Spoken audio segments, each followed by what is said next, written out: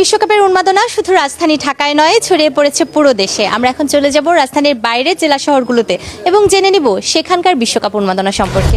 বিশ্বকাপ এখন শেষ চারের লড়াইয়ে। মাঠের উত্তাপ ছড়িয়ে পড়েছে চায়ের আড্ডা থেকে সব জায়গায়। আবেগ, পরিসংখ্যান আর হিসেব নিকেশ দিয়ে সকলেই অঙ্ক কষছে কে হচ্ছে চ্যাম্পিয়ন।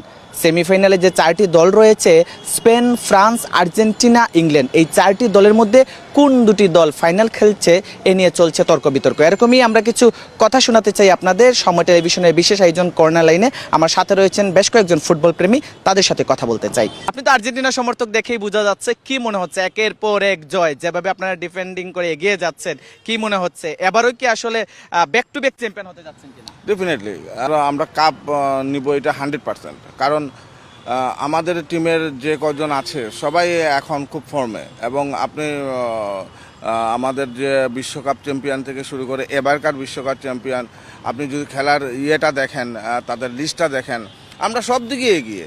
তো এইবারও আপনার যাদের সাথে আমরা ইয়ে করি দেখেন, বিশ্বকাপে কিন্তু মানে ওই খারাপ কোনো টিম আসে না, সবার যাচাই বাছাই করেই আসে, তো কাউকেই খারাপ ধরা যায় না।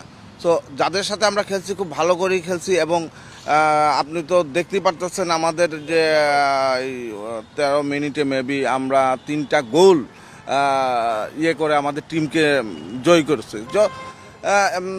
আর্জেন্টিনা এবার ওয়ার্ল্ড কাপ নিবে, এটা 100%-এর সব দিক মিলিয়ে বলা যায়।